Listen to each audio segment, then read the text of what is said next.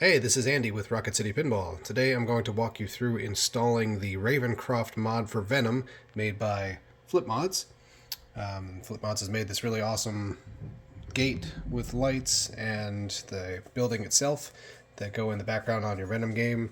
It'll be back in there. I haven't installed this yet, so I'm going to be following his instructions that he provided in print. There are printed instructions that you can get off his website, but some people like having a video to show you how to do it, so I'll do a video since I'm going to do it anyway. You're going to need playfield jacks, or I have traditionally used a 24-inch 2x4 to hold up the back of the playfield, but you'll need one of those too. FlipMods also makes these really nice playfield jacks. These are like a PLA with a nice soft TPU intersection that'll be gentle on the side of your machine. And the instructions also say I'll need some nut drivers and screwdrivers. I also have a magnet here in case I drop something. So the first step in any of these mods, of course, is to turn the power off to your game and take the balls out of the game. I've already taken most of the balls out, but if you have Venom, don't forget that before you lift up your playfield, you may have balls retained inside the fast locks. So that's why I've got my magnet here, so I'm just going to reach down here with my magnet and get those balls out of there. One and two. So make sure all the balls are out of your game before you pick it up, because the ones in the fast locks will come tumbling out on you. So the first step of the process on the paper is to lift up the playfield and attack a particular nut that needs to come off. So I'll pause and jump ahead to that. Okay, so we've got the playfield up here, and the procedure says to remove this bottom nut right here. That is an 11/32 nut. I've got a magnetic nut driver that'll help me get on there and get that nut off of there. Looks like there's a washer there as well I'm going to have to get off. And then after I finish taking that off, I also have to follow this black and white wire right here. Comes back into a wire harness right here, so I have to disconnect that harness. So we're removing that nut and disconnecting this harness. Okay, nut and washer are removed and harness is disconnected. Now part of the process, I looked ahead in the process later, this is going to get pulled up through that hole in one of the later steps, so just make sure this wire is clear and not snagged on anything else. One other tool I forgot to mention that you should always use is a nice magnetic dish so I don't lose my hardware. There's my nut and washer I took off. Okay, next step is to lower the playfield so we can work up on the top, so stand by. So with the playfield lowered back down, I've now lifted up the back end of the playfield. You can lift it up with this handle back here. Traditionally, I've just used a 2x4 that I stand in the bottom and prop it up right here. But now that I have these nice playfield jacks, I'm using those instead. You can see they sit against the side of the machine. The nice soft plastic on the inner lip here helps keep protecting the surfaces there without marring them. But you can see the playfield is pretty rigid in there, so it's not it doesn't wobble around on you, so that's actually pretty nice. I think I like that better than my 2x4. Okay, next step in the process is to come behind the Ravencroft building, and we're going to take out that screw down there. So it's a little bit of a reach, so magnetic screwdriver would be best. So that comes out next. Alright, so this is the first time that I'm doing this, so I'm learning as we go here too. So a quick tip for you, that screw that I just removed from inside there actually threads into the top of that hex spacer right there. So when I was trying to undo the screw with a screwdriver, the hex spacer was just spinning too. So I was able to get in here with these long skinny needle nose pliers, and I just braced the hex spacer there so that it wouldn't turn while I backed the screw out. And then again with my magnetic screwdriver, I was able to lift that screw out at the top without a problem. So this is what that looks like. Got a little captive lock washer on top and then a regular washer as well. Alright, next step in the process is to come to the arch and remove these two Phillips head screws right here. Alright, so those two screws are pretty easy because they just go into these little threaded inserts right here. And as a matter of fact, as it turns out, that's all that holds this archway in place. The doors are a separate piece, it looks like, but this archway just came right out with those little two screws. So I'm just going to set that aside. Next step in the procedure says to disconnect 3 wire harnesses in the back of the mechanism that are part of the carnage ramp. So this is one. This little black and white here goes to a little connector down here. So I'm going to disconnect this one. Second one is this wire coming out right here, which goes to this big flat connector down here. So I'll disconnect that. And the third one, I believe, is this one right here. Comes out of the back in this metal plate, kind of coils around inside this little retainer over here, and that actually turns out to be this one, where it looks like it has 4 wires going in to 2 terminals on one side and 2 wires on the other. So I'm going to disconnect this one and this one and this one.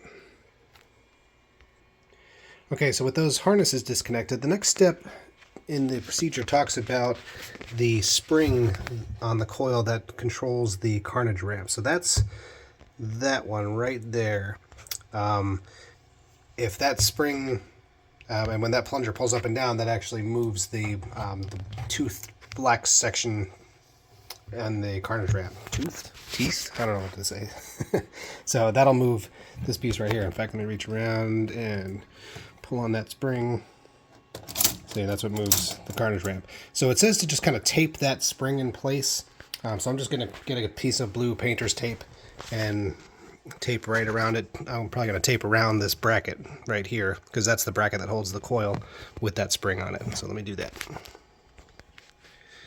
Okay, so as you can see, I've got my blue tape in place there, kind of wrapped around that coil and that coil plunger and the spring per the instructions. Not sure how well that is, but you can get the idea. All right, and it says that the next step is we're going to lift the carnage ramp out, because apparently that screw that, or that nut that we removed in the beginning was what holds it on near the front. And now that I looked more closely, that screw that we removed back here, that's actually was part of attaching there. You can see the hole right there where the screw was. That's actually part of the carnage ramp as well. So the instructions say that we should just be able to pull it up off the playfield. It should take a little bit of effort, but it says it should pull up and off. It says you can actually grab it kind of underneath where this captive ball is and pull it. Yeah, I feel it's a little bit loose already. So it'll take a little finagling, which I can't do while I'm holding the camera. But I'm going to try to lift it back here from the rear and from the front and see if we can get this off. Okay, so this this carnage ramp was definitely pretty tricky. So I was able to pull it up fairly easily from the front. Be careful when you pull it up from the front, because the captive ball that's in there is going to roll right out on you, so be ready to catch that. And then pulling it out of the back wasn't too bad either, except that it kind of binds up in this opening, because I finally realized what the taping of the spring was, because as you pull this whole thing out, the idea is that the mechanism underneath, you're actually pulling the whole plunger completely out of the spring and the coil below the playfield. So it takes a little bit of finagling. I had to kind of lift up the front end.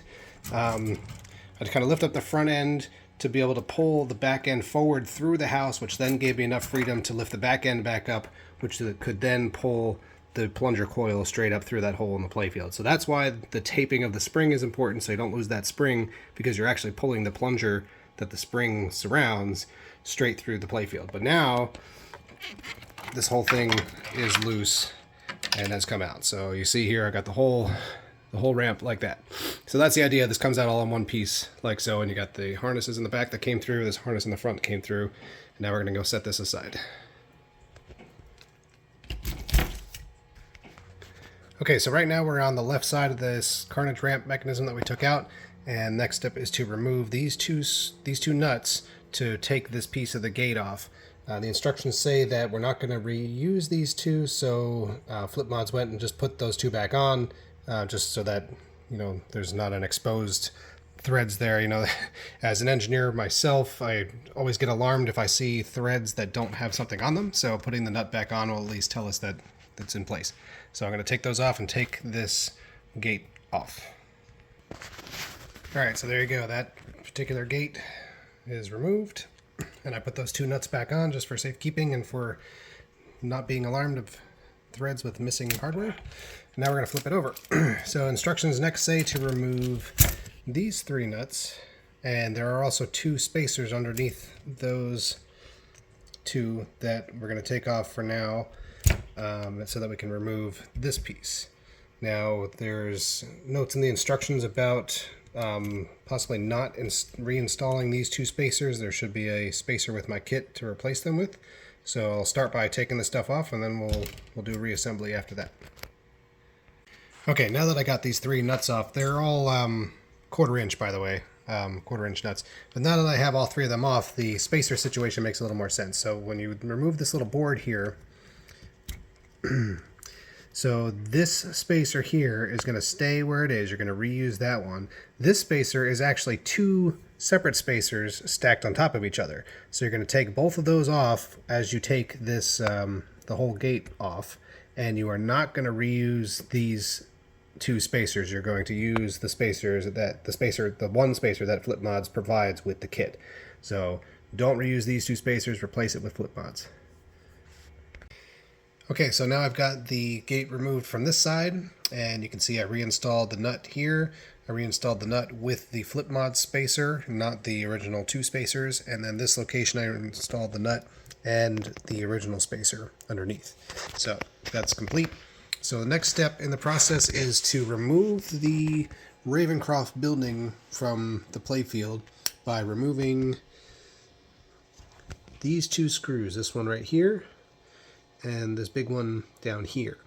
Now you don't have to worry about a nut falling off because those appear to be threaded into these T-nuts back here, here and here. But there are 2 spacers inside here, and these may fall out while you take those out, or if you have like the needle nose pliers like I had, I'm just going to hang on to them with the pliers as I back the screw out so that I don't drop them down in the playfield. They should be recoverable because you have good access back here, but alright, so that's next. Okay, quick correction, there's actually 3 screws that you have to remove. There's the 2 on this side that I've already removed, and there's also this one right here that needs to come out. Same situation, it's got a T-nut in the back and a spacer down in between. Now, these 2 that I took out over here were not the easiest to get to. I ended up using a small little skinny screwdriver to get to the one that was here on the bottom, like this little size one. And then for the one on the top, I ended up using a longer screwdriver, and I accessed it kind of at a slight angle from over here. I could tell that whoever put it in may have done it that way as well because the head was a little bit stripped, but I was able to get at it from over here. So I'm going to go remove this screw over here, and then we'll get the Ravencroft building off. Okay, I lied again. There's actually 4 screws that hold it on. So there's the 2 that are down here on the left. There was the one underneath this window over here, and then there's a 4th one way down there in the corner. Not the little one on the bottom, but the bigger one right above it, right there at the tip of my finger. So I got to get that one out too, and then the Ravencroft building will come off. Getting this last one off is a little bit tricky, so once again I'm using kind of my small skinny screwdriver, and I actually can fit it underneath the ramp here, and then I can get on it, and I can actually reach down. I can't with my hand that's holding the camera right now. I would reach down on this side of the ramp and grab the other end of the screwdriver shaft and then be able to twist it to get it off. So just a tip. Okay, so having taken the 4th screw out, and so here's what the 4 screws look like and the 4 spacers. The instructions say we're not going to use those spacers again, but we will be using the screws again. Now, I was about to take the house out, and I realized I made a mistake earlier with the connectors. So no harm, no foul at this point. It's okay that we disconnected one of the wrong ones because we're just going to reconnect it now. So these 2 down here, as you can see, these are the 2 that went with the carnage ramp. But the 3rd connector that we were supposed to disconnect was not this one that I disconnected from here. Sorry, I'm doing this with one hand here. So these 2 I had disconnected where it has 2 red and 2 black going in, and then a red and a brown coming out. It was not that one. It was actually supposed to be this one up here, because this one with these 3 wires coming out goes through this support right here and then through the opening and then into the back of the Ravencroft house. So this is the connector we were supposed to disconnect. So I'm going to disconnect that now, and then we'll be able to take it out of this this little retainer here and feed it through, so then the whole Ravencroft house will come out. So I'm going to reconnect this one we disconnected earlier, because this one doesn't need to be disconnected. So you can go ahead and do that too if you've been following along my process, and then disconnect this one, free it from this retainer here, and then pass it through this hole as you pull the Ravencroft building out. just showing you the process here. So I've got the house loose, and you can see that wire harness, now that it's disconnected, should come through that opening in the back like this. There. And now the whole Ravencroft house is loose. So now the next step is we're going to need these two light boards, because we're going to reconnect this later. So we're going to take these two off by taking these two nuts off right here. Okay, both of these flasher boards are removed. They're 1/4-inch nuts that were holding them down for the back side. You do have to hold the screws from the front side in order to take them off. The instructions say we are not going to reuse these, so I'm just going to stick them off to the side with those other little tiny spacers that we're not using anymore. And the next step is to now take these lights and we're going to move them over to the FlipMods Ravencroft. And there are labels on the back here, a 2R and a 1R. The wires are already kind of formed in a way that makes it obvious which place, which positions they go in. This is exactly how they were on the old one, like that.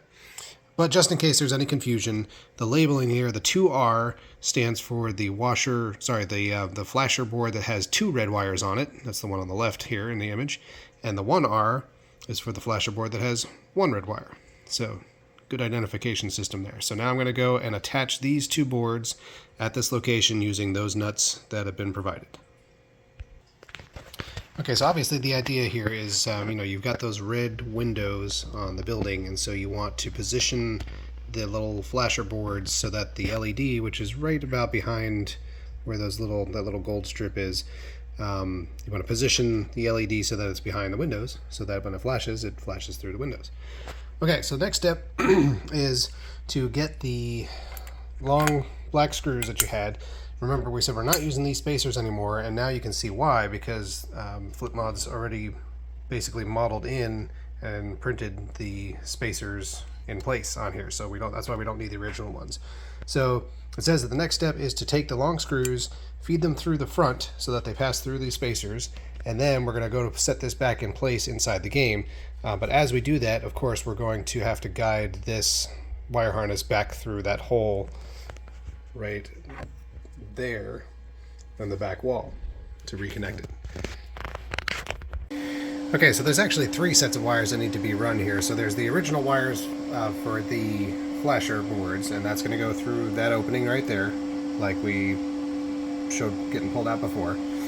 This long wire here, which is for the right side fence, this is going to get routed down underneath the diverter above the opto board into that rectangular hole where the opto board wires are going out. So it's going to be in front of the diverter, basically laying flat on top of the opto board, going straight in there through that opening. And then the last one is the wires for the left side fence, and that's going to be routed right through this big opening. I'll probably tuck it right behind this hex sleeve, or this hex post right here. It's going to go down that corner through that big opening right here. See, it's a big opening. Okay, so now I have it kind of loosely in place. I had to do a little maneuvering to get it in there. I had to kind of tilt it to the left and down and in, and then flatten it down in order to get it in there. but it's in place. I haven't screwed it in yet, so you see where I've got the holes approximately lined up.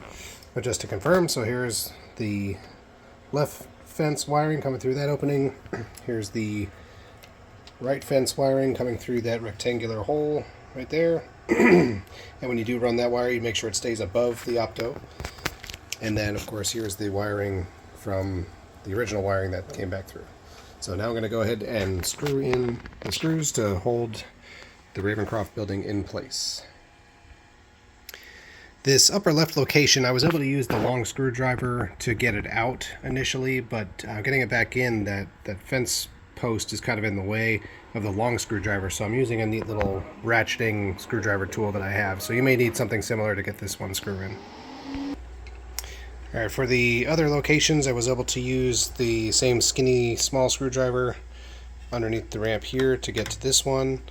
And then same on this side, the way I demonstrated earlier, where I just was able to hold the screwdriver below the ramp and then The upper one has pretty good access, so I was able to do it with a regular long screwdriver here. Okay, so now we can see the Ravencroft building is in place, nice and secure. So now let's see what's next. Alright, so the next step here is going to be to reinstall the carnage ramp. And I can see this is going to be a challenge because I have my 2 wire harnesses in the back that have to go through that window in the back. I've got this wire harness in the front that needs to go through that rectangular hole. And then eventually this screw in the front here, this stud, needs to go through that little hole right there. And we've still got our plunger hanging down from this arm back here, and that needs to go back through that hole. And you can see there's my spring underneath that I kind of secured in place with blue tape. So I need to make sure that as I feed that down, feed this plunger down in there, that it goes through that spring and into the coil sleeve. So it's going to take a little finagling. I'm sure we can do it because, you know, that's what we got to do. So let me attempt that, and I'll give you some tips on how that goes. Okay, so getting the carnage ram back in was definitely tricky, but here's what I think is the best way to do it. What I did was I had the whole arm and I tilted the whole thing this way. So I was tucking the back end into the house, and that also allowed the arm that has the coil plunger on it to kind of hang down back in this area. So while you're back here with the coil arm hanging down, you're able to reach around the back side like this and get that spring in position, and then guide the arm right there, guide that arm down into that rectangular hole and the plunger into the spring and then into the coil sleeve. If you feel any resistance, it's probably the plunger sitting on top of the coil sleeve, so you have to kind of wiggle it around a little bit with your left hand underneath. But once that goes in, then the whole thing will then allow the front end to slide down, and then as you bring the front end down, then you feed this front wire connector through that hole. And of course, before you set it fully back in place, don't forget to get your ball that's supposed to be in there and push the ball back in before you finally seat it all the way down in. So again, the way that worked the best for me was to take the whole ramp, tilt it down towards the back, feed it into the opening in the house. While you're doing that, the arm's hanging down with the plunger, feed it through the hole, through the spring and into the coil down below, and then rock the whole thing forward to get it down in the front. Oh, and one more thing I forgot to mention earlier that's going to make it easier. I was actually not able to remove the front end of the carnage ramp without being able to move this ramp piece out of the way. So I had to remove this screw from the front of the ramp, and that allowed me to get a little play in this piece of plastic here so I can move this out of the way. So you have to do that getting it back in too. Just kind of push it out of the way, and then you can seat the carnage ramp back in, and then come back and put this screw back in. Sorry, I forgot to mention that earlier. Okay, so now that I've got the carnage ramp set back in place, and see I got the ball in as well, I went and reinstalled this fastener to secure this front end back in place. And remember, there is one screw underneath the playfield we're going to have to reinstall later. One nut that holds this forward end in. And then there's also the screw that's in the back that should go in that hole right there in the hex sleeve. So I'm going to install that next to finish securing the back end of the carnage ramp. Alright, so a quick word of caution here. I noticed that before I secured the back of the carnage ramp at this screw location here, I noticed there was a wire bundle going through right in front of that micro switch. That wire bundle, I believe, is supposed to be on the outside of that. So let me come around the back here and show you. So see, that's this wire bundle right here. And I think I crossed it in front when I was reinstalling the ramp, and that should be coming out over here instead. So I'm going to lift my ramp up and slide that wire bundle to the other side. You can see when I tug on the wire, it tugs on that leg of the micro switch. Okay, since I wasn't tightened down, it was really easy to do. I just lifted up on the ramp a little bit, and I was able to move the wire bundle over here where it's supposed to be. So now it's not affecting that switch at all. So now I'm going to come back in and reinstall that screw down there. That goes through that metal frame and into the tall hex spacer back there. Okay, so I got that screw installed in there. I did the same thing when I was loosening it. I grabbed onto that hex spacer there with some skinny needle nose pliers. I did notice that once I screwed that screw down and was tight in the spacer, there was still a little bit of wiggle in the ramp up here. And I think that's because when I was initially loosening it, I loosened the hex spacer as well. So if that happened, just keep cranking on that screw without bracing the spacer, and it should twist to the right and tighten down on its stud on the bottom, and that'll help snug it down a little bit more there. Okay, so it says the next step is to install the new archway where we removed the stock one. So we're going to use these two little black screws that we removed, and they're going to go through those two little holes in the new arch. Once it's in place up in this neighborhood, it's going to attach at those two screw holes right there. So I can't do this with only one hand, so I'm going to take care of that, and we got to find out where this wire is supposed to route as well. Stand by. Okay, it looks like the wiring for the archway light is going to be fed underneath these optos and then out the back through the house in the back right here. Okay, got it in place with those two screws, nice and snug. And then, as you can see back here, I ran the wire down between the two optos and then underneath the back one and out the back. Right here. So, the gate's in, so I guess the next step is probably hooking up the lights. Stand by. Okay, so we've got 3 wiring matrix connectors we got to hook up. This is included with the kit. And so, look at the top here, you have one red bulb, a white bulb, and then another red bulb. So we're going to tap into this red bulb right here. So on the back side, you see here's the red bulb. You just pull the sleeving back just a little bit to give you a little access to the metal legs. And you're going to clip the red one to the top, like so. Oops, sorry, fingers in the way. So I clip the red one to the top leg, and the black one to the bottom leg. And then you connect the 3 matrix connectors to that. So let me do that with 2 hands. Okay, I've got the clips installed on that socket, and then my 3 matrix connectors connected. So this one coming through the opening here was for the left fence. This one coming through the right side of the opening was for the gates. And this one coming from over here through that little hole underneath was for the right fence. Now don't forget, while we're back here, we also have to reconnect the other connectors that we disconnected. Like these 2 here got to reconnect, and this one here got to reconnect to this guy, and also these 2 up here. And then once we do that, everything is hooked up. I may take some of these loose wires and tuck them into these captive wire bundles here, and then we have to lower the playfield back into the machine, lift it up to put this last nut that's underneath here back in, and then we should be done, and we can show you what it looks like. Just wanted to show real quick how nicely that cleaned up, because I tucked all the loose stuff into this little harness right here and reconnected everything else. So stand by, we'll get that last nut reinstalled. One more thing, by the way, I don't know if it was visible, but in case you sharp-eyed viewers noticed, I do have one connector that's disconnected over here. That goes to a flasher that's up in the top corner. I was working on some other project related to that flasher, so I took it out. So that's why I have an empty connector over here. Don't worry about that. It has nothing to do with the Ravencroft mod. Alright, last step is to put this washer and nut back on that location right there to anchor down the front of the carnage ramp. Okay, so it wasn't quite the last step, because even though I did that, excuse me, sorry, I'm just getting over a cold. I'm sorry, my voice has been really awful through this whole video. But the actual last step is going to be to reconnect this connector that we disconnected earlier from the carnage ramp. So that's going to go right here, like this. Okay, so now everything's installed, so I'm going to lower the playfield and turn the game on, and let's take a look at how it looks. Okay, so there you have it. See, got the light on the gate that lights up. Got lights down in the bottom of the fences that light up, and the windows. Those light up with your lane change, and of course you got the lighting behind it as well that makes it look all spooky. So this is really, really nice. I'm really happy with this. It was a bit of a project to get it in there, but I think overall I probably spent maybe, I don't know, an hour to an hour and a half of actual work. I hope that watching this video will help you with some of the pitfalls and some of the tips in doing this.